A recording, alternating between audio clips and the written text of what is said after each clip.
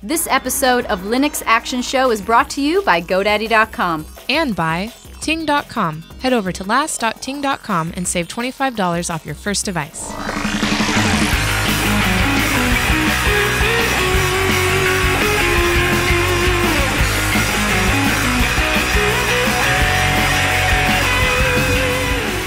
And welcome to the Linux Action Show, Season 26, Episode 4. My name is Chris. My name is Matt. Hey there, Matt. Good afternoon. Good afternoon. We are here a little later than normal. Yeah, we usually do the show at 10, and we're doing it at 1 on a Saturday to make room for Easter. So happy Easter holiday to everybody who celebrates it. Welcome to the big show. Should I tell people what we got coming up? What do we got coming up? All right. Second half of the show, we're going to do an ownCloud 5 review. A lot of stuff's getting packed into ownCloud these days. Oh, yeah. And they're touting it as a solution to the Dropbox problem. The Dropbox problem. The Dropbox problem. I don't know what that means. I don't know either, but it sounds compelling. I feel like it's very compelling to say it like that. Yeah. We're going to go with it. So we'll find out, does it solve the Dropbox problem? Dun, dun, dun. Also, in the news segment, we're going to give you a brief look at Gnome 3.8, which just hit the mirrors this week, and also some potentially bad news for Linux gaming. Uh-oh. Oh, no. Man. I know. And then in the feedback segment, we're going to do a mystery unboxing. We've got 2 boxes of geek goodies that were sent in to us by an audience member. We'll tell you all about that in the feedback segment and open those up. I can't wait. You guys are going to love what's in here. It's going to be a ton of good goodies for the show. But first, why don't I tell people about our picks? Yeah, let's hear about them. Let's start with our Runs Linux this week. All right. This week, the International Space Station runs Linux. Actually, it's in the progress of transitioning to Linux. Oh, yeah? Yeah, Okay. the International Space Station. Now, this is what's so funny is this hit Linux, the Linux Foundation's radar because they were contacted by some folks at NASA who got the orders from on high that they needed to deploy Linux, and they raised their hands. We don't really know much about Linux, so they contacted the Linux Foundation and said, "Hey, can you teach us?" Oh, wow! So here's a little quote. It says, "We migrated key functions from Windows to Linux because we needed an operating system that was stable and reliable, one that would give us in-house controls. So if we needed to patch or just adapt something, we could." Well, that makes sense to me because, I mean, really, you don't necessarily want to have a blue screen going on with, say, life support or something else, Oh, dropping the blue screen joke. I'm just saying. You're so old school. I'm so old school. No, but it does make sense. Like you deploy something in these missions, like at launch, and then like in the case of the International Space Station, I doubt they really change a lot. Once it's been deployed, they probably want to be able to take a whole complete system, train their people internally on that, and then if later on down the road they need to modify something to be able to do something, they don't want to have to install Windows 2008 or whatever, Server 2008, or whatever they'd have to do 2013. Well, yeah, it makes sense, and they probably do it in a very compartmentalized fashion so that everything's been well tested. They roll it out, and are probably putting this into some mission critical stuff. So you want to hear what some of the distros they're using? Oh yeah, this is what I want to hear. Yeah. So the training program gave them heavy introductions to Debian Linux and also various versions of Red Hat Enterprise Linux and CentOS. And I drilled down a little bit further in the article. Specifically, they're using Scientific Linux, which is a clone of Red Hat Enterprise, and Debian 6. Those are the 2 big distros that they're deploying. Good choices. From servers and everything. And there's even software on the International Space Station that could be running Linux. Oh, that's cool. Yeah. I can see them using. So you have the ground controls and yeah, LibreOffice. Cool. So you and I big fans of caffeine, especially when we're doing a show. Love me some caffeine. And that plays into my app pick this week. But to hold on, I'm not going to tell you what it is just yet. Plus, I've also got a great cross-platform text editor. Did you know a text editor could be a desirable thing, Matt? Did you? I've heard this. Yeah. I've yet to experience it, but I'm looking forward to now, experiencing it. I don't know why anybody needs anything more than Vim. Let's be honest. But if you do, I've got just the right thing for you, and it's going to be absolutely free. So stay tuned for that. But first, let's say hello to the fine folks over at GoDaddy.com. Long-time sponsors of the Linux Action Show. And I was actually a little nervous on the pre-show, Matt. You might remember I was sitting here going, gosh, I forgot to text Danica and tell her we're doing the show on a Saturday. And every now and then when I forget to remind her that we've moved the schedule, she doesn't flip the homepage, and you go there during the show and there's a dude on the homepage. Well, she's got to pull the car over. She's got to text you back because she's she does not text and drive. She does not text and drive, of course. No. And so she's got to text you back and say, hey, through the switch. We're good. And you know what? It's just I'm just so happy because I know she's a fan of the show. She just watches, and that's what I really love. But she digs Linux. She pointed out. She said, "Have you thought about the fact, Chris?" And I said, "What's that, Danica?" And she said, "Have you thought about the fact that GoDaddy has sponsored your show longer than most podcasts have been on the internet. Whoa! You know, and I said, Danica, I hadn't thought of that. She says, you know, the reason is because GoDaddy is really passionate about the Linux audience. We want to make sure that we're in the #1 Linux podcast, so we're reaching them. And that's why they've continued to support the show, because they acknowledge that the Linux market is an important audience. And so they've brought back the $2.95 code, Matt. So if folks use the checkout code Linux295 when they check out, you get the .com for $2.95. $2.95 when you use Linux 295. Maybe you're crazy. Maybe you're over at that GoDaddy and you're just checking things out and you're like, boom, you know, looking at Danica, whatever it might be. I'm not saying I do that. You know, whatever it might be. Whatever your thing is. But maybe you're not getting a .com. Sure. Let's just take 35% off your order. Let's do it. Let's cut 35% right off the top. Use the code GO35 off 3. GO35 off 3 when you check out takes 35% off your new order. Boom. Oh, see, that's nice. Yeah. I love that. So, you know, even if you're doing something that's not a .com, although, come on, for $2.95, you better also be getting a .com. That's kind of a no-brainer. That's ridiculous. It's a super great deal. You just go get yourself a .com. You got projects you're thinking of. Let's make them happen, right? Duh. Yeah, even if it's come on. At $2.95, I'm going to buy a .com even for the prank value of it. Like if it's a ridiculous name and then I just put a picture of somebody's face at that to me. Hey, April Fool's is coming up. You never know. Not that anybody should ever do something like that. No, never. Especially not on April Fool's Day for, say, a family member. And That's using bad. Linux 295 when they check out. No. And thank you to GoDaddy for sponsoring the longtime support of the Linux Action Show. Big thanks. All right, Matt, I would like to tell you about Caffeine for Android. Check it out. It's just straight up. It's called Caffeine. Now, you might be familiar with Caffeine for your desktop. I've actually made an app pick before. I've got it. If you look at my menu bar up here, I have a little coffee cup, and if I click it, I can disable my screensaver. Oh, I love that. It also prevents my desktop from going to sleep, so the power manager doesn't kick in, right? I like that. Same exact concept for Android. Caffeine, it's free, and it hasn't been updated for a little while. So just a disclaimer there. But I installed it successfully on my Note 2, which is running Jelly Bean. And here's what I like about it: is it sits in your notification menu. Oh, okay. And then you tap it there. Now, I know there's lots of widgets to put this on your desktop. I know there's a lot of, you can even go in the settings and do this. Some applications have this functionality built in. I like the fact that if I just spontaneously need to say, like, watch the price of Bitcoin for an hour on my phone, I can just slide down the notification launcher and tap that and then slide it back up. I don't even have to close the program I'm in. And that's kind of the big thing, because, like, when I have Bitcoin market up on my screen, I don't want to close it even for a second. Sure. So I slide down, and then it's right there in the menu. Right? Oh, that's right tidy. there. So I just tap it, boom, now caffeine's activated, slide down again. Boom, done. It's deactivated. I mean, and not only that, but it keeps the screen open while you go get your beverage and your whatever you're wanting to snack on. Maybe you got some bacon, whatever it is. Maybe. Yeah, totally. And see, look at that little Bitcoin notification right there. Okay, anyway. Nice. So go check out cash. Cool. Go check out Caffeine. It's free in the Android Play Store. Sweet. And we'll have a link to that in the show notes. There's lots of them out there. I acknowledge that, but this is the one I've been using, and I like it quite a bit. This is the one we trust, that we feel very comfortable in saying this is going to do its job and do you know, it nicely. I've even seen, like, ROMs that have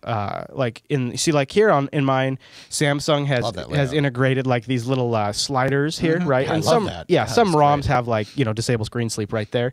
Each one does not. Sure. Yeah. Nice. All right, Matt. Go. So a desktop pick. Last night I said, Twitter, what have I neglected on the show? Yeah. Good people to ask. This is a good reason maybe to follow me on Twitter, twitter.com/ChrisLAS, and you are? I am Matt Hartley. Yeah. See, Chris LAS. On Twitter. Yeah. So I asked them, I said, guys, what have we not covered? So unfortunately, a lot of them responded with stuff we had covered. You guys need to watch more. Gotta pay attention. Keep notes, take notes. I kid. But I was actually tipped on to one that I actually have been neglectful for not mentioning, from Joe's Life on Twitter, at Joe's Life. I have a link to his profile in the show notes. Ooh, and he said, check out Genie. You haven't talked about Genie, he says. Genie is a text editor using GTK, which is cross-platform, so it runs on the Mac, on Windows, and, of course, on the GNU/Linux. Nice. And it only has a few dependencies. It supports many file types and has some nice features. In fact, we'll bring up my screen here, Rod. Yeah, let's take a look at what you got open here. Swamping. So, all right. I, being a sysadmin, not a developer, I have myself a bash script right here. Yeah? Okay. And I just see some echoing going on there. Yeah, I just tossed. So this is a bash script that I've been modifying for a little while that backs up VMs on a machine, pauses them. Oh, score. Okay. Does a snapshot, moves them off to an NFS store, and then resumes the VM, right? And then sends off an email for a report. And I tossed this just right here into Genie, and you can see how it's automatically doing syntax highlighting, and which is nice. Oh, that makes it so much more readable. Because I'm looking at this over your shoulder, and I can make out everything clear as day. Yeah, yeah. And the other thing that I really like is over here on the left-hand side, it's broken out all of the bash functions. Like here's my Git VMDK section right here, where I'm actually grabbing the VMDK files. Right here's where I'm logging to syslog. What happens? That's so much easier than trying Isn't to scroll up and down. Going, I don't remember where I put it. And what I love about this is I didn't define any of this. It read the script, and it does this I think it does this for a lot of different. I mean, I'm just showing you a bash script, but it does it for a lot of languages, and it has a built-in compiler output and all kinds of stuff that I'm not even getting into. If you're a developer, this is even way more. I would advanced. imagine this probably does CSS, HTML, PHP, all that. And I think Python, it might be C#. Like it might be like the default. I'm not sure. Wow. Anyways, the other thing is it does. You see, it does a little code collapsing, so I can collapse little snippets to make it easier to jump around. This is, and the great thing is I acknowledge there's I love gedit, right? Yeah. And my text editor of choice generally is Sublime Text. Right. I use the S out of Sublime Text like nobody's business, because I think it's great to have one really extremely competent text editor that I can move across all the platforms. So if I have a day where I need to work on Windows, I don't have to like retrain my fingers. True. That's no big deal, right? Yeah. So this is where Genie really kind of fits in, because it solves that problem. It is cross-platform. It does multiple tabs, so that way you can have multiple documents open, and it keeps track of all your active documents and things like that. So I really was pretty impressed with this, and it's been pretty fast. It's got all the kind of features you'd want for something like this. So I really love the highlighting. I think and for the way it compartmentalizes everything off to the left like that. Oh, that's so awesome. Oh man. Yeah. No, I'm surprised this hasn't been picked before. The chat room was saying I'm surprised that he hasn't picked it. But mainly because my main text editor of choice is Sublime Text. But Sublime Text is like $40 now. Oh, is it really? Whereas Genie's absolutely free, and it's in just about every distribution's package repository. So why not, Matt? Hey, right? Why not? Why not? Price is right. So that is, you can go over to Genie, GEANY.org. Or just use the link in the show notes. We make it clickable for you people because we heart you, right? Big hearts, big hearts. Right. Okay, Matt. Well, just a quick plug. So we're normally live on Sundays over at jblive.tv at 10 a.m. Pacific. Yep. Today, however, it's Saturday because of Easter. So, take that. Things, we're mixing it up a little bit. Yeah. But we'd love to have you join us. So next week, if everything works out, we'll have a Gnome 3.8 review, and we're trying to draft any other Gnome 3.8 users out there, because there's not a ton of people actually running the new release yet. So I wanted to put a little note here at the top of the show. If you've got Gnome 3.8 running on your system, we'd love to hear your feedback.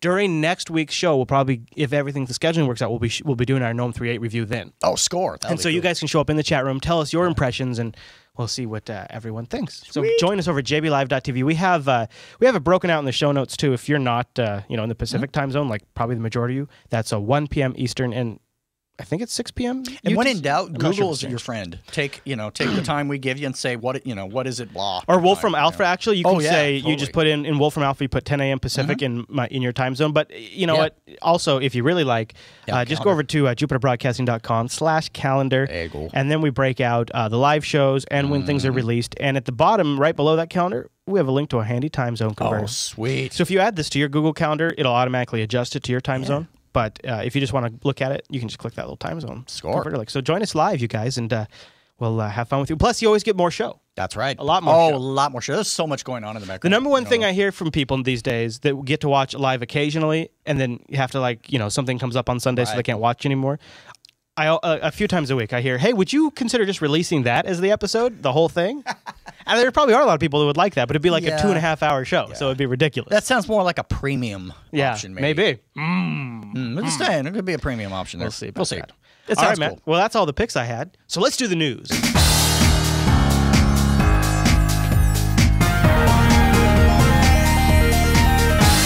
It's the news, and this episode is brought to you by Ting.com. That's right, friends. Ting.com is mobile that makes sense. No BS mobile service. Hold on, where did I? Oh, here it is. Got the Note 2 right here.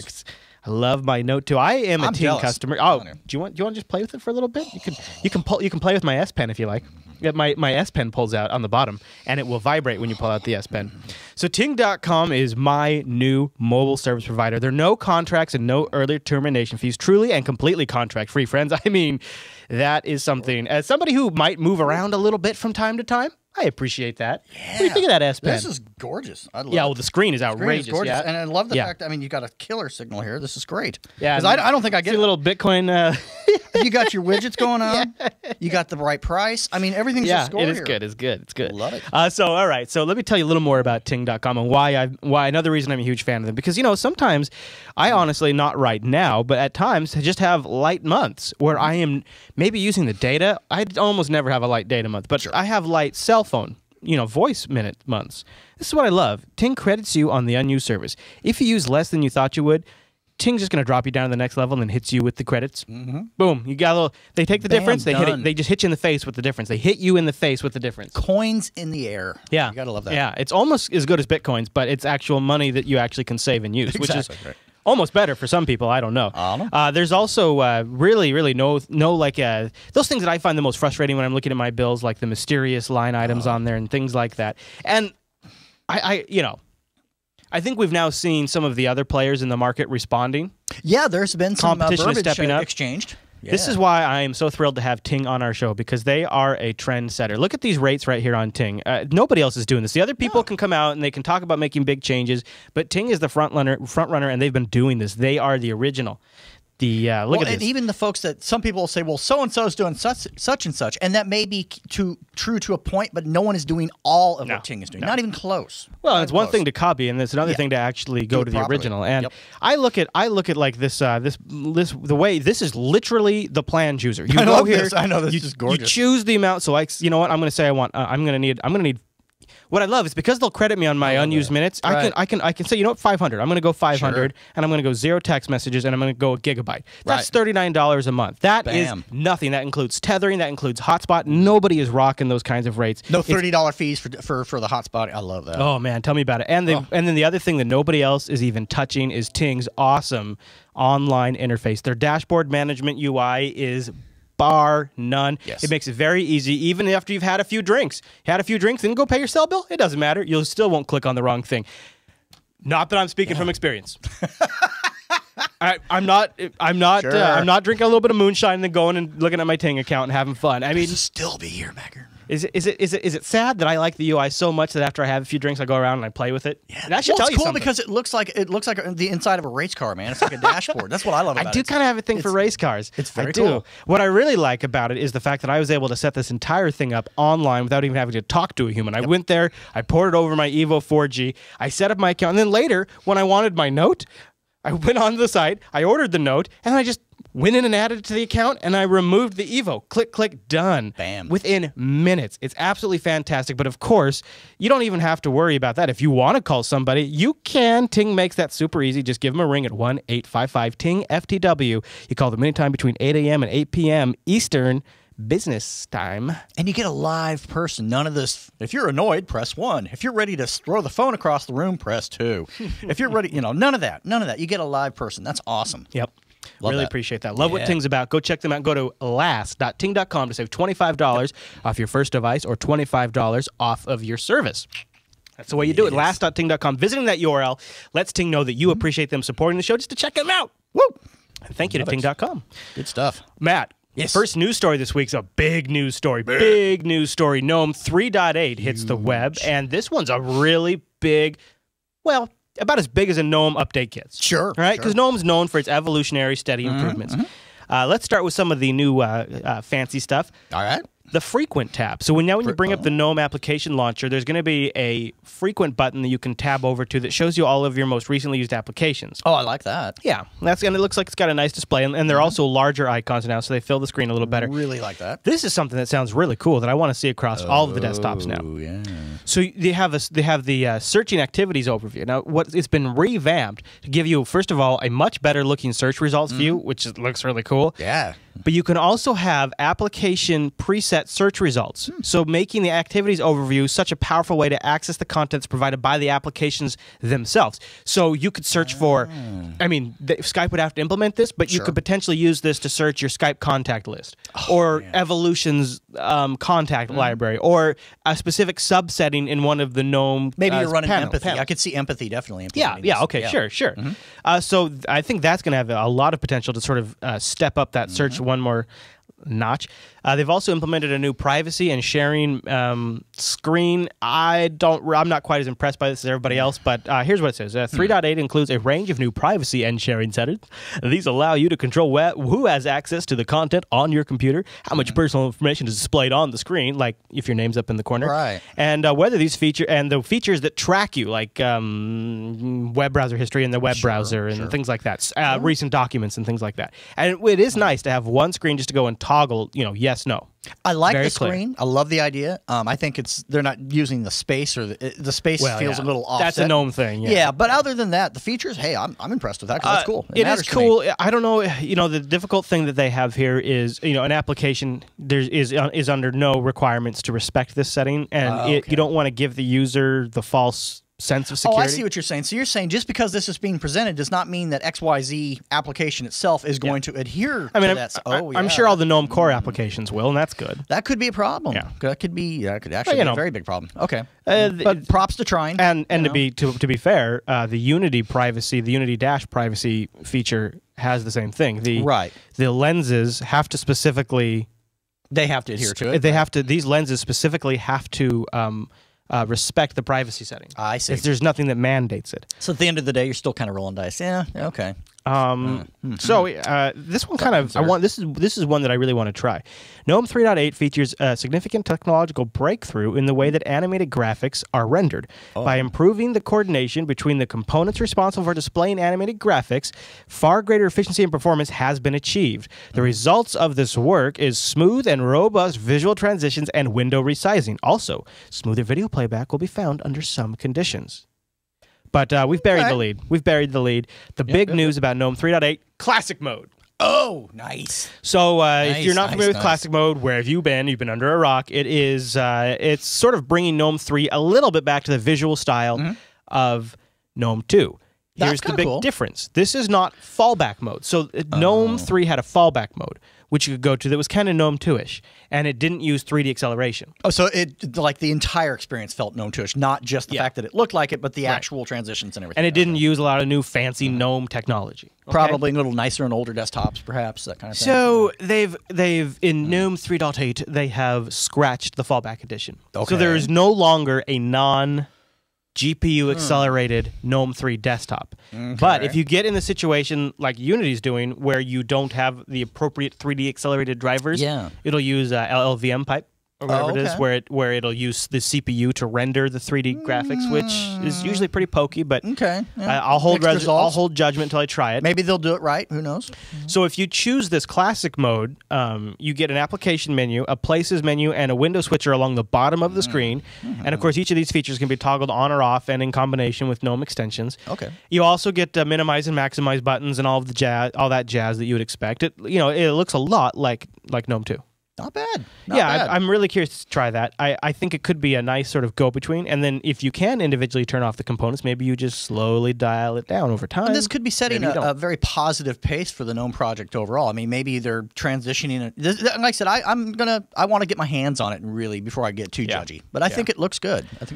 So just for a point of reference, Gnome 3.6 was released in September of 2012. And you can find out more about LLVM pipe. We'll have a link to that in the show notes that tells you how they do some of that 3D rendering. Cool. Now, along with the Gnome 3.8 release was the release of GTK Plus 3.8. Impacts more people than just the folks who use the Gnome desktop. Version 3.8 of the GTK GUI framework includes support for Wayland 1.0. Among other features is improved support for theming, fixes for geometry management, and improved accessibility. There's also better support for touch, and as part of an ongoing effort to make GTK Plus touch aware. Like that. I didn't see anything in that release announcement about Mirror. Yeah, I've got this monkey. Itch going. Monkey itch coming on. Matt got in here today and just ate all the bananas in the house. I'm telling you, I'm all about the bananas. Look at chat room, monkey suit. What have I done? All right, our next story was, I think, the top voted story of the week in the subreddit, and that's Google announces an open source patent pledge. A patent pledge, Matt. They could even dub it "Don't be a d-bag." I mean, that's kind of essentially what they're doing. Is they're saying, hey, we're not going to be, we're not going to be total d-bags about it. You be cool to us, we'll be cool to you. We're all good. I like this. So Google has just announced open patent non-assertion. Now, of course, can't be a tech story without an acronym, so we're calling it OPN. They're calling it the OPN pledge. Yep. I like that. Also, kind of for some reason, makes me think of Oprah. This is a new initiative whereby the company has promised not to sue developers, distributors. I was almost going to say distributions. I wish they were specifically saying distributions. Distributors and users of open source software utilizing Google's patents, unless Google is attacked first. Google went on to say that open source software has been at the root of many innovations in cloud computing, the mobile web, and the internet in general. This was Dwayne Vowles, Google's senior patent counsel. We remain committed to an open internet, one that protects real innovation and continues to deliver great products and services. I think they're looking long tail. I think they realized that by protecting the ecosystem instead of acting like, raging monkeys and just flinging stuff everywhere, that they're actually benefiting themselves as well as the users. That's awesome. I mean, they are pretty high on that internet hill, and they have a lot of pull there, and they could be real d-bags about this. I mean, they really could be. Sure. That said, and I know everybody's super jazzed up about this, and I always am the guy that has to come and take a leak on Google when they've done something cool. I just cannot get over the fact that if I keep this in perspective, this is a lawyer who's saying this stuff, and I guess I just feel like they throw around open and open source as this tool to just get everybody to just love Google. Just look at us, we're open and we're using open source. But in reality, they're not always as open as they claim to be. And I obviously, this is so much better than not doing this that I shouldn't even be complaining at all. But I just feel like Google's still taking advantage of people's goodwill towards open source and open standards. I agree with you on that to a point. I think it's fair to say that they will use that goodwill to spread adoption, and then once they have adoption, then they will start instituting terms of service for end users for their various products that are a little scary sometimes. So I think that's usually where the bite happens. It's usually at the end user, not so much in the ecosystem as a whole. I think that you're probably right there, and I think Q5sys in the chat room says I kind of like this. He says Google profits from open source. Of course, they don't want to start to suffer from stupid patent system. Allowing open source to be free, Google then continues to profit in the end. True. True. And I mean, that's not to say they can't. Exactly. And they may debag somewhere down the road with something else, but in this particular case, and isn't that maybe the best case scenario? Is that it is financially in their best. Google's always going to do what's best for Google in the end. Yeah. And thankfully, a lot of times, what's best for Google has been better for the web. That's true. You can't always say that about companies like Apple and Adobe and Microsoft. Well, they tend to look longer term because they realize that repairing a mistake is much more costly and a bigger hassle than avoiding it in the first place. I think it goes deeper than that. I think Google is fundamentally a company born of the internet and has figured out how to capitalize on an open internet, where the other guys come from a closed, small, pre-internet era where the internet still represents a fundamental shift in business that isn't fully compatible with their way of delivering products and services. Where I can see what you're saying. Where Google, the better the internet does, the more information is spread over the internet, the better Google does. And in the end, those are, I think, the true motivations that we can trust and follow. And I think, it's because that's really where they're going to go wherever the money leads them. And that's very thankfully true. that leads them to protecting, an open web. That is true. Yeah, I would agree with that. Yeah, I can definitely get on board with that one. Let's talk about Microsoft. Oh, yes. Microsoft has been getting a beating in the EU. Just recently, they screwed up the browser ballot where they didn't have the link to Opera functioning properly. So they got in trouble for that. But now, a Spanish group that represents open source software users has accused Microsoft of using obstruction mechanisms to prevent buyers of Windows 8 computers from installing Linux-based operating system.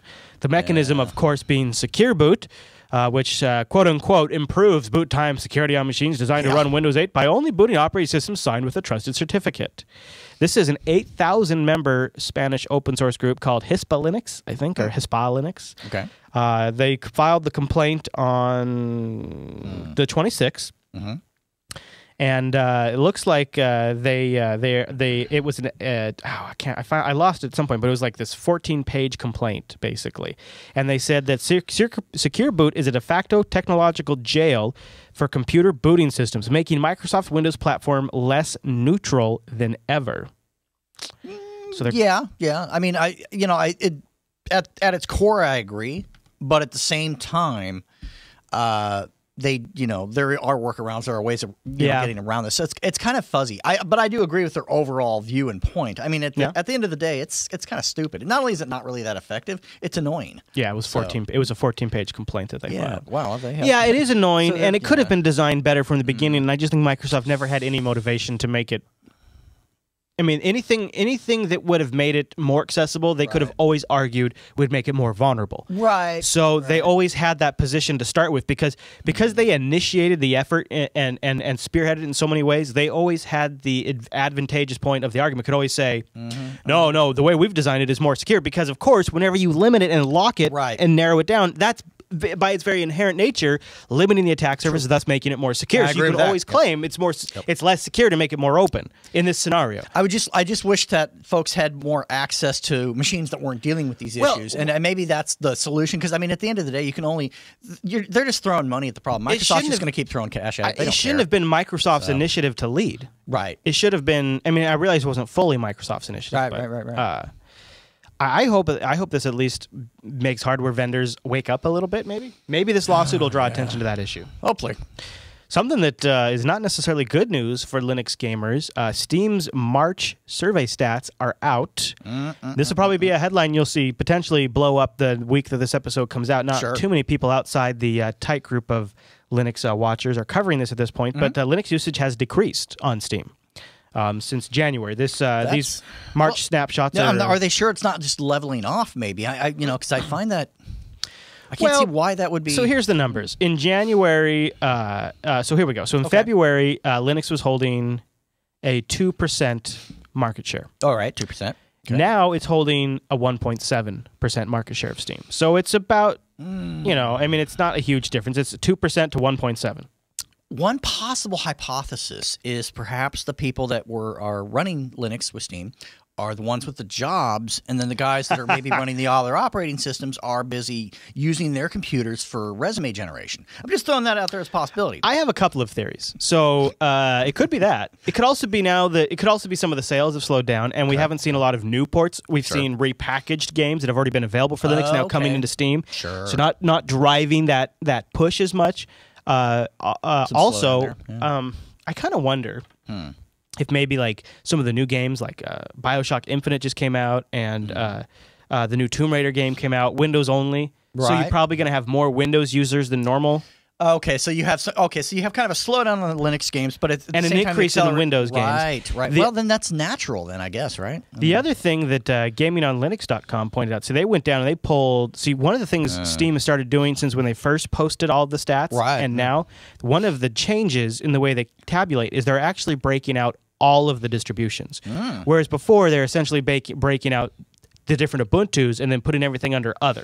Oh, right, which isn't very helpful. Yeah. Well, see, what the problem is when you have distributions, so like here's Gentoo base system release 2.1, okay? Oh, yeah. That has 0.01% of the share. Even worth mentioning. And the people are looking at these, this Steam survey they're thinking that Valve does a tiny bit of rounding up or down. So when you have distributions in here that literally have 0.01%, Valve could be rounding those down a little bit overall, lowering the overall score for Linux. Could. Whereas when all of these tiny, look, Gentoo base system 2.2, right? You have all these different iteration releases in here. You see Arch in here. There's several different versions of Arch in here. All of these things sort of could be getting rounded down. They kind of start skewing the numbers a little bit, right? Yeah. So I don't know. Maybe not. Maybe that's not what it is. Maybe it's a combination of a lot of things. And we'll see. It's not all bad news. So I don't want to. While we're down, now I'm going to bring us back up. Yeah. So Phronix notes that Valve has released several new games for Linux. The Valve titles that are now publicly available: Ricochet, Deathmatch Classic, Team Fortress Classic, Half-Life Blue Shift, and Half-Life Opposing Forces have just hit Steam. Hopefully, they'll bring some numbers back up. Yeah, and well, you actually have something in the feedback segment. There was just the GDC wrapped up, and there was Valve and NVIDIA were holding a joint session on bringing games over to Linux, and I guess the session was completely packed. Wow, And this is GDC, that's cool. the Game Developers Conference. Nice. Yeah.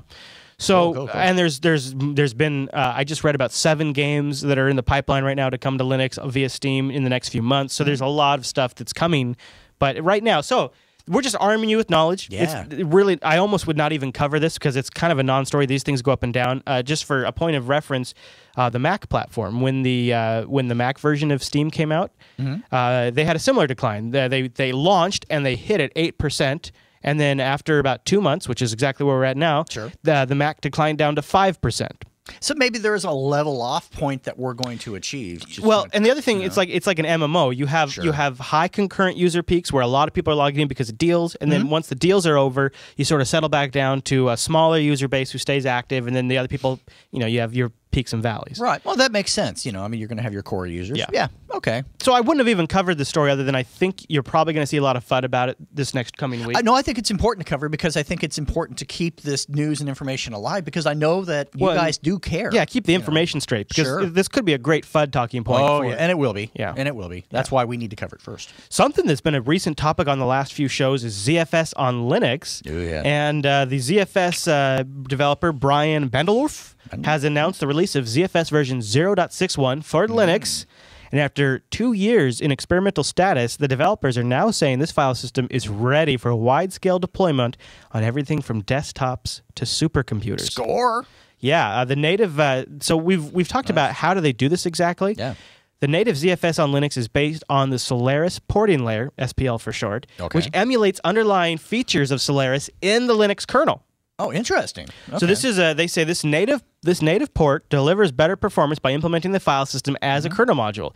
Aside from a number of bug fixes, ZFS on Linux 0.6.1 includes a new snapdev property that controls the visibility of snapshots. So you can get playing with snapshots. Something we've talked a lot about on TechSnap recently.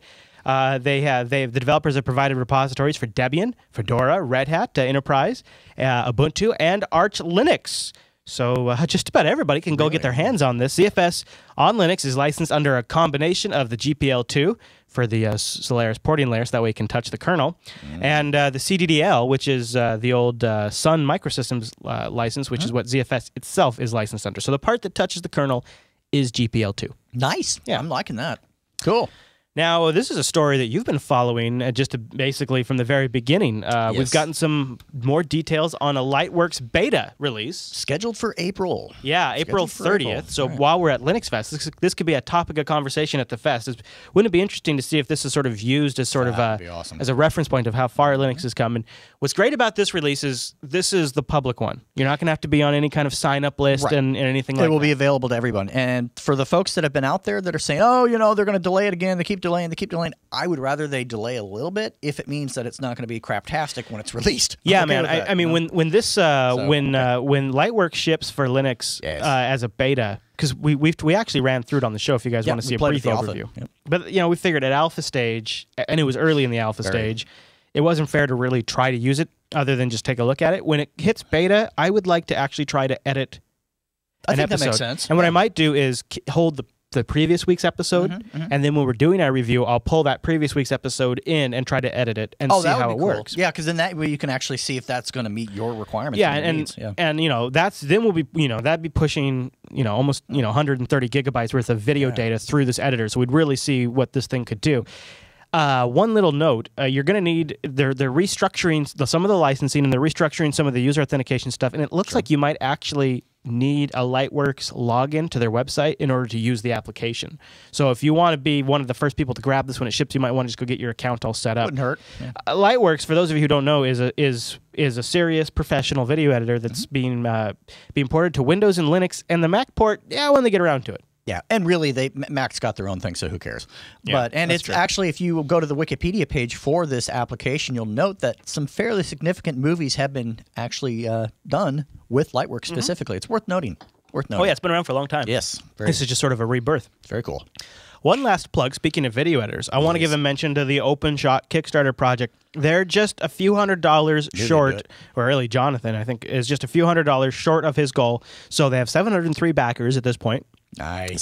He's reaching for $20K. He's got 19.7 right now. With 17 days to go, that's very comfortable. That's Yeah, very comfortable. You know what? Isn't this a great vote for him and Yes. and an open source video editor? So, we're talking about Lightworks. Lightworks is not open source. Lightworks No. is not going to be free. What Jonathan's trying to do here with OpenShot is he's trying to rebuild some fundamental aspects of it to make it even more competitive, to make it even faster, to make it integrate with FFmpeg, and to make it cross-platform. Exactly. Use less resources, make it more stable, better features, all the good stuff. And I threw in on this one because I really, I of course as a video editor want to see this succeed. I would love not to have my podcast editing tied to any commercial company. That'd be cool. He's also throwing in some. Look, he put a little badge of us on there. Oh, right on. Thanks, man. So he's also throwing in some stretch goals now because he's gotten so close. on. So now is definitely a good time to throw in because it looks like it's going to happen. So you can lock in one of the exclusives if you pledge, which is this is going to happen. Yeah, it's I a would guess. no-brainer. So go and grab one of those, and you might help him reach one of his stretch goals, which would be really awesome. That would be cool. That'd Yeah. be awesome. Let's see. He's going to have additional render formats and codecs. Oh, that'd be nice. Yes, let's make that happen. Seriously, that would be cool. Video render queue. Ooh. That would also be Very cool. a video editing server, ability to run all video processing tasks on a central server, freeing up the resources on the client. Ooh. That would be really nice. That would solve so many problems. Yeah, that would be awesome. If he could do that, that would help him get this into enterprise markets. Yeah, it would. It totally would. When you go to somebody and you say, look, we have a free video editor that has a video rendering server component. And by the way, we're not going to tax your stuff, to do it. I mean, hey. That's going to open some doors. So I really hope yeah. that Jonathan reaches his goal. And That's cool. We'll have a link to that Kickstarter in the show notes if you guys want to throw in and get one of the exclusive rewards that he's doing too. Nicely done. Yeah. All right, Matt. Well, that's all the news for this week. All right, Matt, it's time we talk about ownCloud 5, which just hit the web recently, and I got it loaded up right here on my machine. Sweet. They've touted it as the solution to the Dropbox problem. Dun, dun, dun. All right, before we get to that, I want to thank this segment sponsor, System76, creators of the greatest machines in the world built to run Ubuntu. How awesome is it that I can say that? And it's true, and you can feel good about it because they make really awesome stuff. Oh man! So both of us have been customers for years. The first time I'll tell you that here's my backstory. The first time I ever got an actual System76 laptop is I started a gig as the guy who was running the IT department. Big days, and I was getting to pick the operating systems. We were going Linux on the server, and I was going Linux on the desktop. Nice. And they said, "All right, what do you want?" And I knew I wanted something because I was going to be a busy IT guy that I wasn't going to have to fuss with myself. Right. I hate to say this.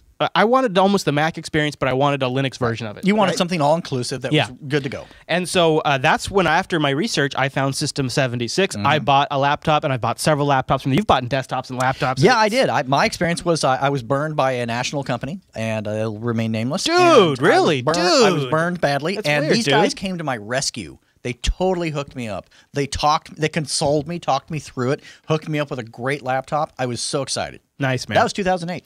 Yeah. Well, and if you were watching the pre-show, you know this thing can put out some gaming too. This Bonobo Extreme I have HDMI out, and it mirrors a 1080p image and the 1080p image here on the display, and I'm playing games like I was playing Killing Floor. Yeah.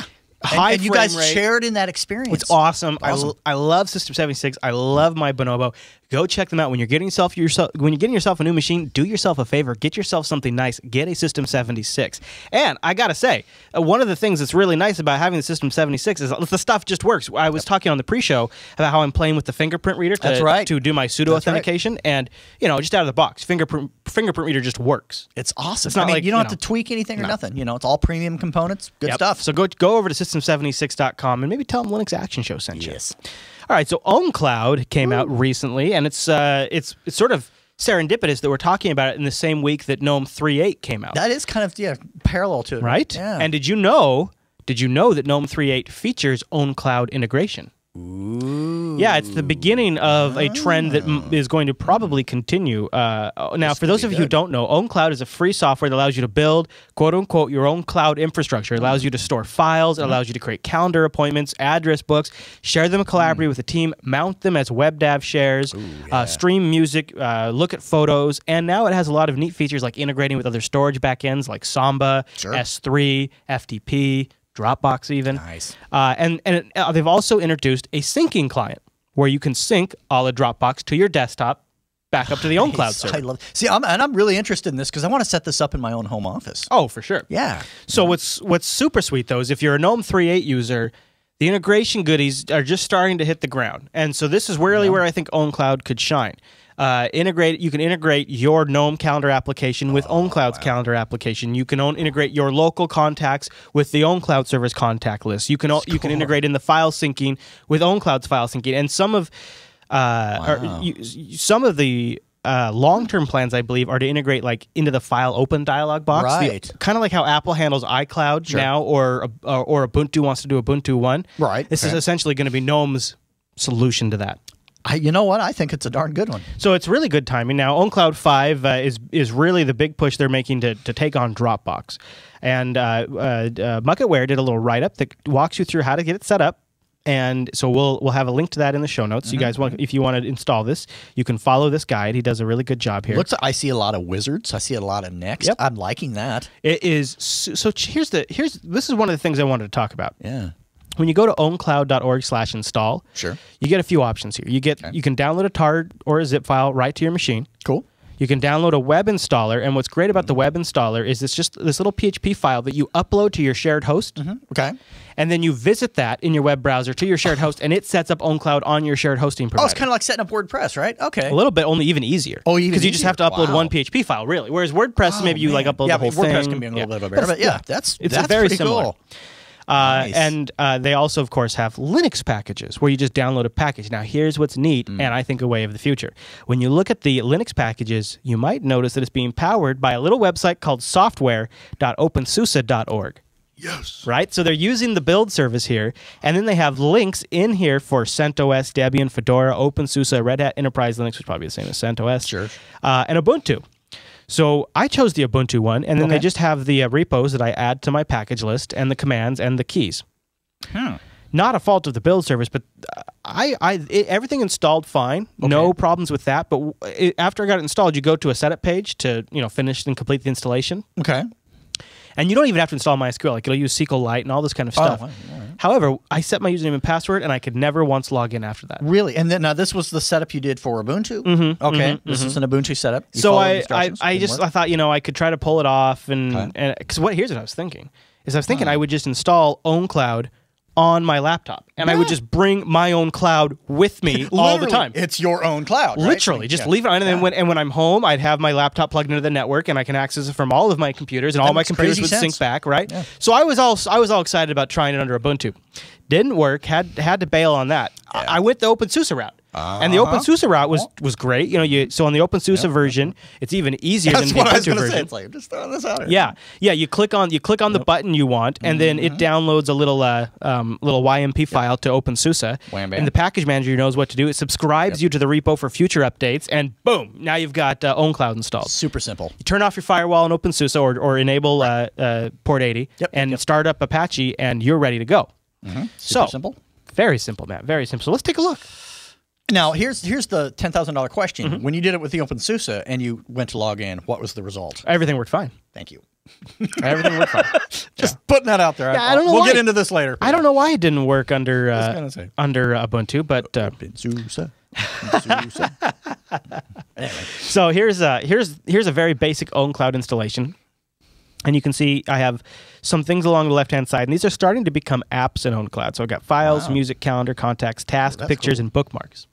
And I'm so doing this. And what's that? I'm so doing this. Oh, man. And so I can add stuff. So like I can go into the apps section, and this is actually a good point to sort of demonstrate one of my complaints with ownCloud 5 is it seems, and I don't know if this is because I'm using SQLite or what, but this is on an SSD. I mean, it's got plenty of memory. It's got a Core i7 processor. There is no reason ownCloud should be running this slow. Right. But this ownCloud 5 instance seems very slow. But however, that aside, see how these little guys right here, these little apps on the side, and I can turn these on and off, and I get more functionality to ownCloud.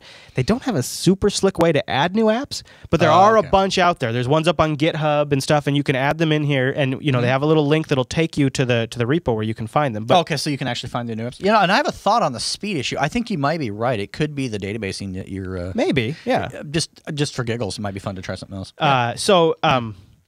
like for example, you can turn on LDAP integration, so you can integrate your users with an LDAP database. So all those kinds of things. Well, the other thing that's really, really, really cool about ownCloud, I'll go in the admin area here, and then we'll show you some of the UI. Here's an example of some of the available add-ons. So you can see here's a file tree explorer.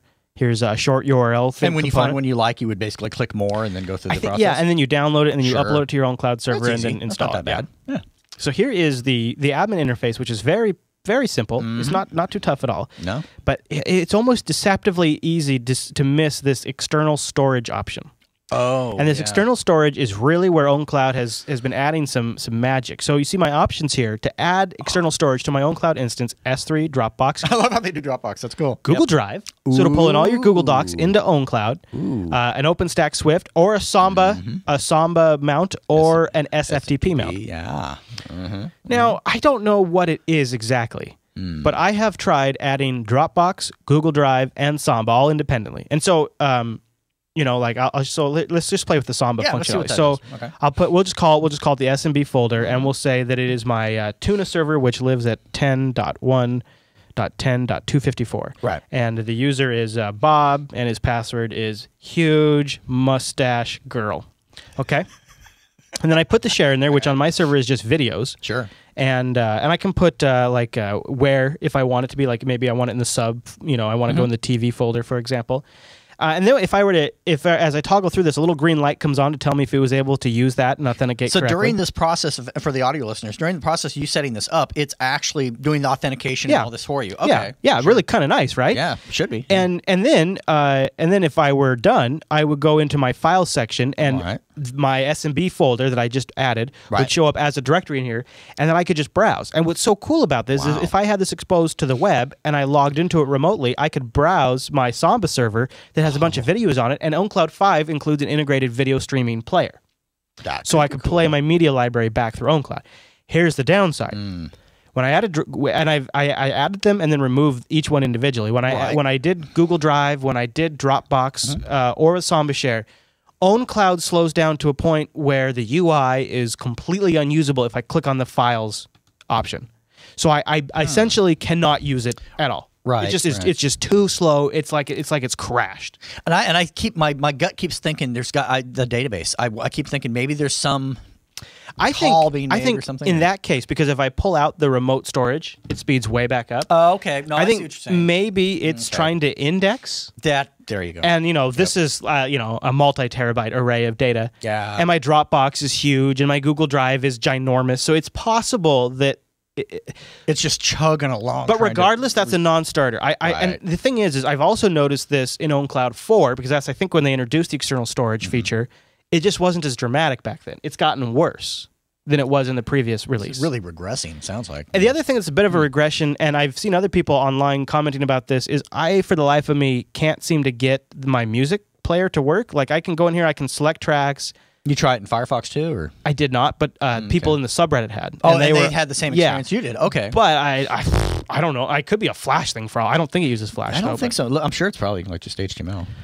So there's that. That's too bad. Let's talk about the calendar, though. Okay, this is really neat. The calendar, we'll get some wins here. So ownCloud isn't really necessarily meant to be a client of another calendar. It's sort of meant to be your master calendar. And it has everything set up with that in mind. When you click on this little gear option right there in the calendar, it gives you all the information you need to subscribe your calendar program of choice to your ownCloud calendar and update it. So I have a URL in here for Contact. Oh, tidy. Okay, or, I like that. Lightning or whatever you might use, or Evolution or Outlook. And then there's also one down here that is compatible with iOS 10 and iCalendar. Or iOS. That's cool. So really nice, right? Yeah. And you can set up multiple calendars. You can share them with other people in your ownCloud team, so you can have shared calendars in here. I mean, I'm digging. You can download the calendar as an ICS file, right? So you can just grab it anytime and import it in any calendar you want. I mean, I really think that, and that's really good for like birthdays, holidays, things like that. Sure. Yeah. Well, just between you and the wife, or a small team of workers. True. If you see, the big thing they're trying to push here is maybe Dropbox isn't the right business solution for teams of 20, 30 people that need to collaborate, but you don't want to have Dropbox leak, as they call it. And you don't necessarily want to be on Google's enterprise solutions, and you don't want to pay for Exchange server. Yeah. This might be an option here because it's very web standards compliant. It's pretty much going to be cross-platform for any OS when you use it with the clients. I like that aspect of it. It sounds like the calendar's really together, you know? Yeah, and I like, so they also pretty cool. include a tasks functionality. Now remember, again, for a collaborative work environment, this could be really nice, or just for like you and the wife, Yes, right? This could be really right, nice. right. And you can go in here and you can assign different categories, work, personal, things like that. And it's, Cool. it works really well. And then when you're done, you can check them off and you can assign different color groups and you can go in and add due dates and notes about tasks and things like that. Oh, sweet. All right. And then, of course, it also includes a very basic picture browser. And Okay. what's unique about this picture browser is you'll see that these are in a folder called Client Sync. Okay? All of these pictures were added to the ownCloud server via me putting these pictures in the Client Sync folder that my local ownCloud client is syncing up to the server. So I didn't like go into the web UI and upload these pictures. Okay. I just dropped them in the folder and then ownCloud automatically identified that they were pictures and then put them in the picture section of that's ownCloud. nice. Yeah. Okay. It was pretty basic of what you can do here. Like, here's a photo that's on its side. You can't rotate it or anything like that. Oh, But by default, it gives you a nice little countdown timer slideshow. action there, yeah. So you Cool. can, you know, if you wanted to go over somebody's house and say, hey, look at these cute pictures of my kids, Right, you could go right. log into your own cloud box. That's cool. Something else it's kind of neat, especially if you're somebody who's likes to collect links to review later. You know, you struggle with how to properly implement your bookmarks. It is this is a great example of some of the apps you can add. There's a bookmarks app. Oh, that's cool. I like that. And Like so then that. it includes a little JavaScript bookmarklet. Okay, and you use this bookmarklet, which makes it available right here, and you use this bookmarklet to add it to your browser, and then any page you're at, Right. you smack that bookmarklet and it adds it to your own cloud bookmarks list. Nice. So I was browsing, I was looking at, Max Kaiser did a video about Bitcoins because he's a crazy guy, and PayPal's was talking about dropping VMware for OpenStack, and Mark Shuttleworth made some list. So I was like, maybe I'll read about those. And as I'm on the page, I hit the bookmarklet. It brings up a little UI. It says, okay, here's what we're going to title it. Would you like to add any tags? So you can see I added like a Bitcoin tag, a PayPal tag. Makes it easier to find later if it's like, what was that title? It had Bitcoin in it. Bam. Okay. And what's neat about this is you could share these with your team too. So I could be That's like, cool. I'd be like, I always like to look at ownCloud as like, what if we had like a Linux action show ownCloud and we did all of the show prep through ownCloud? Like you could see a running list of bookmarks that we were tracking for the show if we needed something like that. So I could see that being very effective. it's limited in the sense that I was hoping for like a read it later type feature. Right. where And that it may actually- come down maybe. Maybe, It could. yeah. Right now, it's just straight up links. It just takes you right to the. And that's fine. It's just like a regular bookmark. I would love a read it later type integrated. But it provides a real strong foundation that we can perhaps build upon. Maybe we'll see that development evolve, hopefully. Yeah. Speaking of development evolve, one of the things I was hoping this would have, and it just didn't meet the cut for stability for ownCloud 5, but maybe they're talking maybe in 5.1 they might add it, and that is the Google Reader app replacement. Oh, yeah, so that's people want that. Yeah, ownCloud News is what it's going to be called. It's available right now up on GitHub as an app that you could download and add to ownCloud yourself. Sure. It'll actually be integrated in a future release of ownCloud, though. So that's That's fine if they're working some bugs out and such. That's okay. that's going to be worth watching. But here's a little. If you're watching the video version, here's a little screenshot of what. See, it adds a news app to the sidebar, and then it pulls in your RSS feeds, and it looks like it does a pretty Looks good very job. slick. Yeah. Here's my takeaway with ownCloud. Okay. I almost hate to say this, but it doesn't really do any one particular thing really, really well yet. Right. Like its file management is getting really good. They've got mobile apps, they've got Windows, Linux, and Mac desktop syncing apps. I've had it on a couple of computers. It's been syncing good. It's worked good. The sync is fast, and because it's all going to my local ownCloud server, it's faster than Dropbox because it's all over my LAN. Sure. They've added file revisioning support, so if you screw something up, you can go back and restore previous versions. But that's important. That's Very very important. Yeah. So the file management is getting real close, unless you add an external storage. But the music is still not there, in my opinion. And Right. the calendar functionality, while great, see, I've used computers for a long time, so I already have a calendar. Right. Yeah. And so I don't want to start from scratch. I want to suck everything into my own cloud calendar and move to it. It's still not easy enough to move into ownCloud. Like the easiest way to get the photos up was through the client sync, and the easiest way to get the music up was through the client sync. And while that's fine, it's not as it's not as effective because then that syncs to all my other computers too. I'd rather just have it stashed all up on the ownCloud server. Yeah, that makes sense. Well, and it's early enough on that hopefully they're really taking this as a suggestion and actually saying, oh, okay, well, we need to work on these things. I'm hopeful for that. I feel like we kind of have a bit of a history with ownCloud where the .0 releases need a little more time to bake. And by around the edges? Yeah. This happened with 4, too. And by the time one of the dot releases, like 1 or 2 dot releases got out, it was a pretty solid product. I feel like 5's going to be that way. 5 introduces a ton of really nice features. And if you don't have a lot of requirements from your calendar, if you don't have a ton of requirements from your file syncing and your contact management, you just need the essentials. Like probably the majority of average computer users, it's totally going to work. It's totally going to work. If you've got a little more complicated of a setup, you just got to try it out for yourself. Now, the nice thing is they've got demo versions online. They have hosted instances you can try, or you can just download and load it on your own box in a few minutes. So I would say, if I was going to give you a deploy, try, or skip, I'd give you a try rating on this. That seems fair. And I think that once you understand, as you pointed out, the .0 releases are basically, hey, here's some features. Probably a lot of them won't work, but here's some features. And then you move on to the .1, .2, and so on and so forth. Those are perhaps the ones after you've tried the .0s that you want to consider deploying because it's like, okay, those are more usable. Yeah, and to their credit, they actually make the older versions still available for download, like version 4.5 or something. And that provides good options, But what is nice is because the way they are distributing through the build service, they're making the repository available to you. So as they improve the code, that's cool. You'll get it. You'll get it automatically. And some of the hiccups I ran into really are not a big deal. It could just be that I was throwing too big of data stores. But I really think that external storage could be a huge component because I could, using ownCloud, I could virtually bring together Dropbox, S3, and Google Drive into one master place. And for what they're trying to do, I think it's important that they do tackle that to be able to handle massive amounts of data because, quite frankly, that's what people are expecting to do with it at the end of the day. And it's always just more and more data. Absolutely. It's all about data. Yes, sir. All right, Matt. Well, that's the Linux Action Show's look at ownCloud version 5.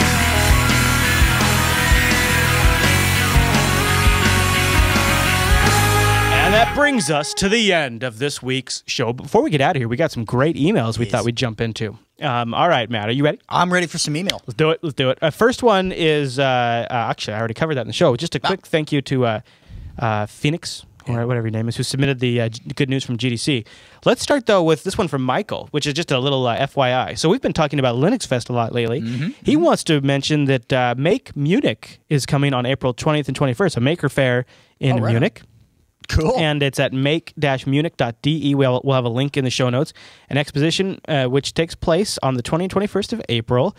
They'll share trends and innovations in 3D printing, DIY, hacking, tinkering, and crafting. It's the first event of its kind in southern Germany, and we look forward to connecting with people in the DIY community. That's awesome. He wanted to spread the word, so I thought for sure. And if you're not in our neck of the woods and can't make it to Linux Fest, but you're in that neck of the woods, in the Germany. Good event. Yeah. Good all right. Stuff. And it looks like it's going to be fun, too. Yeah. The maker stuff, the 3D printing stuff is so cool. Oh, it's just epic. Yes. I would love that. All right, Sam writes in, and he says, hey, Chris and Matt, Linux Action Show is such a huge show. Well, I like that. Yeah. I watch it every week. The entire Jupiter Broadcasting suite is professional. It has impeccable quality, yet informal. And to me, the last is the searchable Linux knowledge base. Love that. Yeah, wow. Thanks, dude. I could not complete my week without the trifecta of Last, Unfilter, and TechSnap. Nice. Yeah. Right Should on. have a little Coda Radio dessert in there. Definitely. All right, so first question, Matt. You ready? I'm ready. Chris, I see that you've installed KDE on your System 76 laptop to review 4.10, and you liked it. However, when Ubuntu 13.04 hit a milestone, you quickly installed it, and I could see the new distro glaze in your eyes. I also suffer from this and sometimes just have to take a jog around the distro block every 6 months, it seems. But I also return eagerly to Kubuntu. I've tried other distros with KDE and, like you, used to buy the SUSE box with printed manuals. However, I now rely on Kubuntu for my KDE comfort zone. So, do you use scripts to customize your install of the new Ubuntu system? Since I am not a real Bash script author, I use a checklist to cover my customizations that I like to make. I'd like to make it into a script or to automate part of it anyway. Do you have any tips in this area or have any tools you can share when you install your primary system? And he's got a second question, but I'll answer that one first. Okay, cool. I tend to not. I tend to set everything up for the most part. Every now and then I use a few scripts that people have made. Sure. But the reason why I set it up by hand is I'm such a geek that I kind of enjoy doing that. Right. Right? I kind of like... Totally. And it's also like every now and then, almost actually every time, I try something different, like Chromium over Chrome, or settings stored in Dropbox, or I try a different variation of the recipe, and I'm always, and that's kind of one way I sort of discover new things and try new things out is by sort of starting from scratch every time. Makes sense. I have tried things like Ubuntu Tweak and whatnot, but and I know we've done some bash scripting episodes. I'd be curious to know in the feedback if anybody out there does like a setup script for themselves. That would be interesting. Oh yeah, that'd be really interesting to see what you guys got. All right, so he's got a question for you in here. You ready? Oh boy, Matt. And it's funny because I don't know if he was watching the pre-show today. Matt, you seem to be a bit desktop agnostic. Yeah. Do you find this helps your objectivity in the Linux UI world, or is it that you enjoy the variety, or both? Did I miss the mark here? Thanks. Well, two things. One, so you're a real stable distro guy. You I'm don't a stable hop a distro lot. guy. I wouldn't say I'm agnostic because, as most people watching will point out, I'm very Ubuntu core specific. I'm very much targeted into Xubuntu or various desktop environments, but on an Ubuntu core. Yeah, you like the core more than you like... I do, yeah. The desktops, I don't care. Desktop's a desktop's a desktop. It really doesn't matter to me. I'll try anything. But yeah, so there's that. But here recently, I stuck my toes back into the OpenSUSE pool because I needed to kind of, I kept doing double ticks. I was like, oh hey, that's better. Oh wait a minute, wait, whoa, I don't have to do a PPA and I get the cutting edge package. Well, wait a minute. Oh, hang on, I'm finding the software I want and I'm not hating on KDE. And you're actually enjoying KDE. Yeah, I mean the integration. Well, I like it on OpenSUSE. The integration is so smooth. Yeah. And here's what killed me. Okay, I have Xubuntu on an old EEE netbook. Well, I wouldn't say it's old, a couple of years old. Yeah, it's old. It's old by geek standards, but by most people, it's fine. Right. Yeah, it's got a couple gigs of RAM, whatever. So Xubuntu runs reasonably well. I install KDE OpenSUSE on it. Really? Mind blown. KDE runs faster? Nothing. Yes. Wow. That's what I don't understand. And everybody's like, well, you clear, it's just animations. No, I'm opening up Firefox. Yeah. Bam. Well, 410 is really fast. I noticed that. So and I'm not saying you guys are wrong. I'm just saying whatever's happening, whatever. Yeah. I didn't do anything weird it could be there's just tuning in OpenSUSE that's... I'm thinking, yeah. I think there's some performance enhancements it's funny that Sam writes this and says, Matt, you don't distro hop, you don't switch desktops, and then the day that we get this email, you've been switching around. I have. So what I did is I did OpenSUSE on all my portable devices. I just, on my netbook, notebooks, all that stuff, because I'm kind of getting a feel for it. Yeah. Eventually, I'm going to start testing it up on my dual monitor environments and things like that to kind of see where that's at. Yeah. As it stands now, I'm still doing kind of a Ubuntu-ish realm for my desktops, and then I'm doing an OpenSUSE stuff for my notebooks and stuff. Right. So I would recommend trying something new once in a while because you might just be pleasantly surprised. Yeah, absolutely. And that's, hopefully every now and then we tease that out and people go out and do it. Okay. This one was a thread that was started by SurfRock66. Yeah. SurfRock66 said, if your ISP is throttling YouTube CDN, here's a command that might make it load faster. Now, I haven't tried this. I don't have this issue, and I don't know if this is going to break something down the road. Yeah, but essentially what he's doing is he's putting in some commands you can run that tell IP tables to block the IP range that the YouTube-specific CDN uses. What this does is, if my understanding is correct, is then it forces, because it can't communicate with that CDN, it has to go directly to YouTube servers. That could work. Which the reason why that is faster for some people is ISPs recognize the YouTube CDN and traffic shape it and then slow it down. That traffic shaping feature, the thing that us Fios guys don't have to do. So by blocking the ability to reach the CDN, you avoid your ISP's traffic shaping. And we've had 14 people in here that jumped in and said, hey, thanks for this. This worked really well for me. Wow. Yeah. So that's interesting. If you've had a problem with YouTube buffering and I know our show's on there. A lot of people watch on YouTube. Maybe check this out. This might help with your issues. Yeah, definitely. And you can always, IP tables, super easy to turn it off too. So. True. This was another popular thread that was in our subreddit, just as a sysadmin. This warmed my heart. Ars Technica has the story about the 16-year uptime this NetWare server reached. And before I even read... Well, because of the age, I guess I had to know. But before I even read the story, I knew it was a NetWare box. I used to... Before I was a Linux admin, I was a NetWare guy. And NetWare 3.1.2 had ran for 6,030 days. Wow. Yeah. Wow. But it's funny, too, because this is the kind of thing I would have done back then. They named the server Intel because it was using one of those new Intel processors. Those new Intel processors, latest thing. I guess the hard drive started to make some bad whining, and it was bugging people, so they finally had to shut it down. Yeah. Saying, put me out of my misery. So we have a link to that if you guys want to go read that. All right. So now what I say we do a little unboxing. First, I'll read the email. Comes in from Q5Sis, and he says, Angela. Oh, okay. Okay. I'm sure Chris's email gets bombed, so I'm sending this to you to make sure he can actually get it.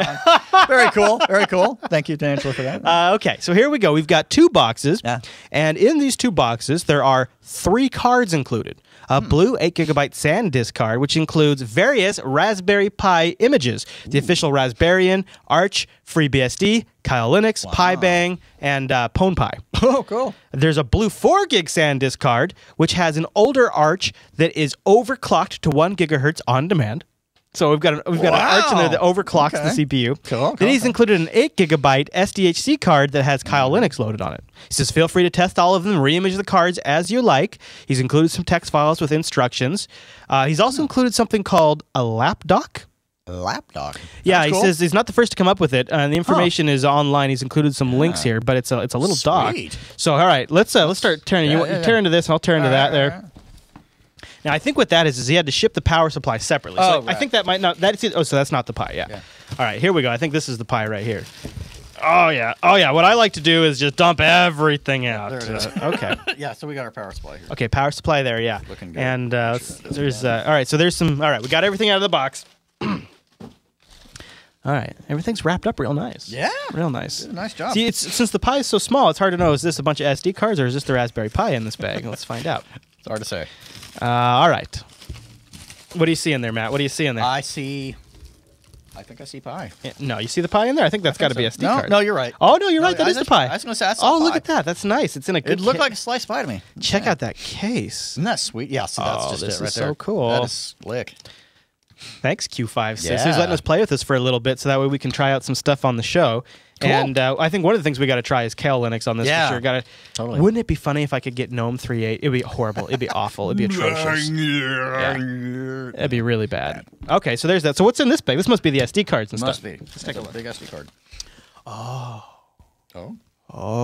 my goodness. Oh, hello. Oh, my goodness. Oh, my. What? Whoa. What is this? What is this? What the hell is that? So this is a Motorola Doc. Oh, man, I've seen it. Oh, wow. So this must be the lap dock setup that he's talking about. And he said he included some cables to make it work. Okay. Yeah. Hold that. No. So I guess it's possible to hook the Pi up to this? Oh, yeah. Yeah, look at your ports there. HDMI and USB. Yeah. And that's what the Pi has out. Oh gosh, that's gonna be a game changer. That could be really cool. Okay, so that's what this cable. See, so that's what this does is, I think, right? Maybe not. I'm not sure. That looks like yeah. There you go. Go into those or maybe that's what. Oh, and this here. And here's the HDMI. Yep. Oh, look, he included the little mini HDMI, the micro HDMI adapter. Oh, perfect. So gosh, you pop Q5 right into Sis. this. Nice. That is so cool. I can't wait to try that out. That is so awesome. So that would just snap right into the HDMI, and then you take the USB. That's slick. And he custom made this cable for it. This is cool. Seriously? He custom made that. Oh wow. Yeah. So that's wow. That's hardcore.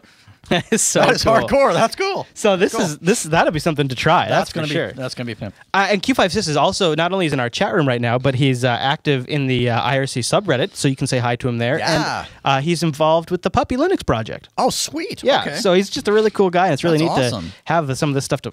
I don't even. This is the wireless. Yeah, you got adapters for your adapters. That is awesome. And he's got a battery. Oh, it's got a hub. Oh, it's a hub. That's what it is. You got a hub. Yep. Gosh, hubbage. Gotta have your hubbage. Slick.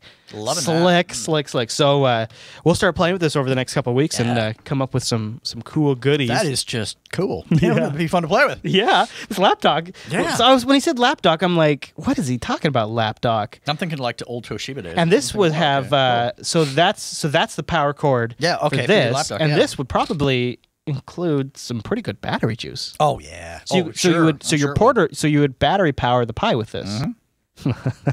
Gotta love that. My path to world domination is almost complete. that was eerie. Wow, great minds and all that, right? All right. So let's see here. Now, we'll be live next Sunday, back on our regular time. If you'd like to email the show, send it in to linuxactionshow@jupiterbroadcasting.com or hit that contact link at the top of the Jupiter Broadcasting website and choose Linux Action Show. Or Actually, the way if you really want us to see it, start a thread in our subreddit That's over the at best place. linuxactionshow.reddit.com. Yes. Always the best place. Yeah, that's where we're trolling that stuff. Yep, Matt, yep, before we get out of here, what should I send people to that you're up to this week? As always, you can find me at datamation.com. Scroll down to open source and find me there. OpenSUSE 12.3 versus Ubuntu. Yeah, this is Man, when you the went pivotal for it. moment happened, and it was You kind went of for it. I went for it. Yeah. That's like the hot topic right now and in the it got- versus yeah, war. It got, wow, there was a lot of hate going back and forth on that one. There's no way to do an article like that and not step into the yeah. fire. Did you wear your flame retardant pants? I did. I had to, right? I mean, they look a little bit like parachute pants, Yeah. for those of you that remember. Yeah. And minus the zippers. But yes, I managed to avoid most of the flames. Fashionable and fireproof. Absolutely. Of course, you're on Facebook. I'm on Facebook. It's Matt Hartley Public. I believe. And, Yep. of course, on Twitter. On Twitter, and on the G+. Links to both my profiles and Matt's profiles in the show notes. Yep. And I want to remind everyone that you can jump in our chat room. Even when our show's not on the air, our chat room is still going. We've always got folks in there. irc.geekshed.net and then pound Jupiter Broadcasting. That's right. Just plug that into your favorite IRC client and come idle with us. I try to be in there several times throughout the week, and we've always got a good cast of people in there. Definitely. They're chatting away. And a lot of times, it's the first place you'll find out about something spontaneous we're doing on the live stream. So if you just jump in there and idle and you see a bunch of activity all of a sudden, there's a good chance something's on the live stream. Like I'll probably at some point be doing beta versions of a Bitcoin podcast. Yeah. I'll be streaming that. And, of course, you can always follow me on Twitter to find out when we're doing that. But the IRC is also another great place if Get some good you don't do inside that tips and social information. stuff. Yeah. Don't forget we have that calendar over at jupiterbroadcasting.com/calendar. That's very important because if a change happens, you'll see it there first. Yep. All right, everyone. Well, thanks so much for tuning in this week's episode of the Linux Action Show. We'll see you right back here next week.